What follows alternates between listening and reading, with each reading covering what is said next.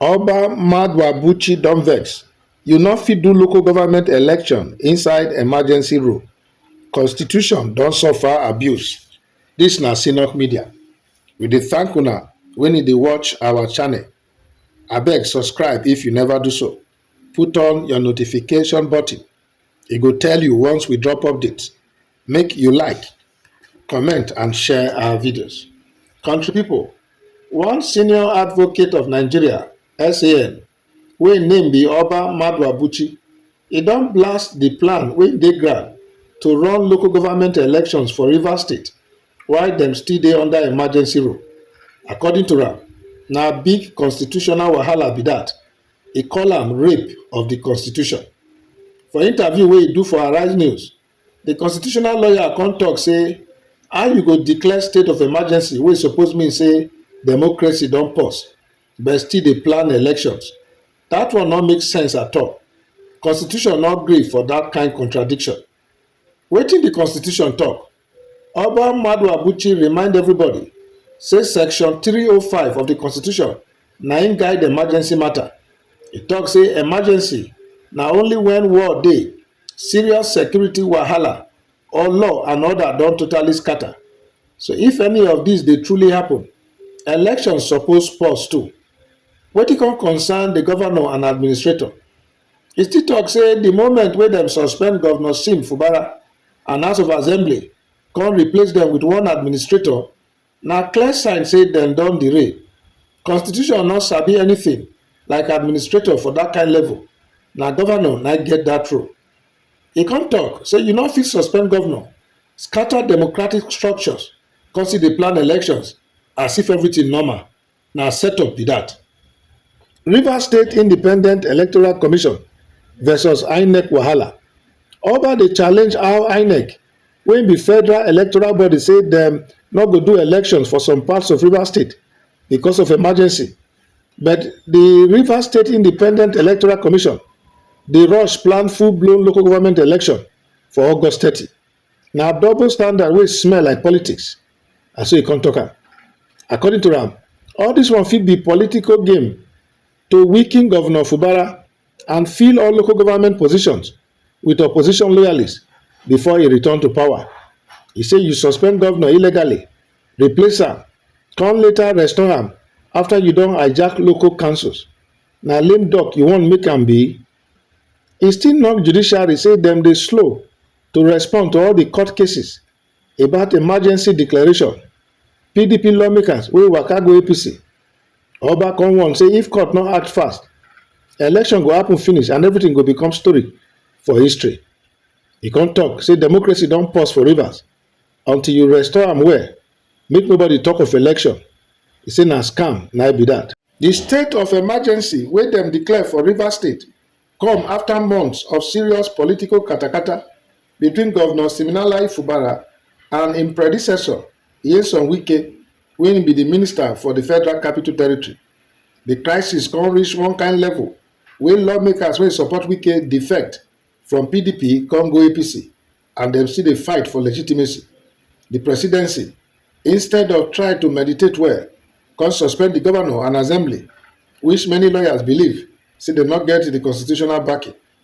The Rivers State Independent Electoral Commission na state electoral body wey normally dey conduct local government elections. But since democratic institutions dey under suspension, Oba Maduabuchi dey ask how RISEC go fit operate independently and fairly when the state na emergency territory. INEC own position, dem refuse to hold elections for the same environment, come make Oba dey argue say RISEC move e get serious constitutional contradictions. If dis local government election go ahead, any party or politician wey win fit lose legitimacy later if court declare the process illegal. Dis fit also set dangerous precedent for other states. Imagine if emergency rule come become excuse to control local government power before general elections.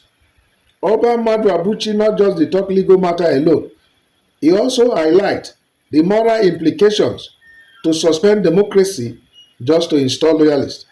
The dangerous silence of the judiciary wey suppose act fast before August 30.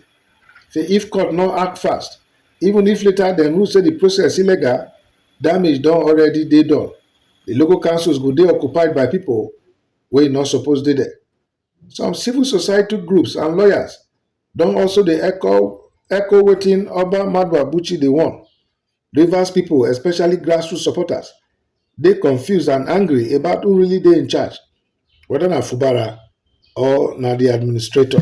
People don dey ask plenty questions like, wait o, with all the settlement wey dem report say Tinubu don do for them, why e never still lift the emergency? E get some reasons wey people dey suspect too, say na political strategy. Dem dey believe say President Tinubu dey use the emergency rule as political tool to help im friends, especially those wey no dey support Governor Fubara. If dem conduct local government elections now, the people wey go win go likely be loyal to Wike or Tinubu and not be Fubara. That one go weaken Fubara politically before 2027. They also believe say na power grab through the administrator. The administrator wey dem put instead of elected governor dey act like governor even though constitution no recognize am. Some people believe say Tinubu and im camp wan use this chance to restructure power for Rivers without election or public consent. And also too, they say na control. E say as e no wan lift the emergency, e mean say federal government still get direct say over the state. As long as emergency dey, democratic checks and balances no dey work normal. Then why court never give ruling with all the matters when e dey there? Now dey make Oba Maduabuchi dey talk say court suppose don fast track this case because na matter of democracy, but till now no ruling. E possible say political influence dey slow things down. Either judges dey fear backlash or dem dey wait for political green light. And also, why the delay tactics? Delay go benefit those wey dey in charge under emergency rule, because by the time court go finally rule, elections don already happen and the people dem install don dey office. After election, any legal case go become academic. E mean say e no go change anything again. Wetin go come happen if RISIC conduct election under emergency rule? Legal wahala go burst later. If court later talk say emergency rule not valid or say governor suspension not legal, every result from the local government election fit get cancelled.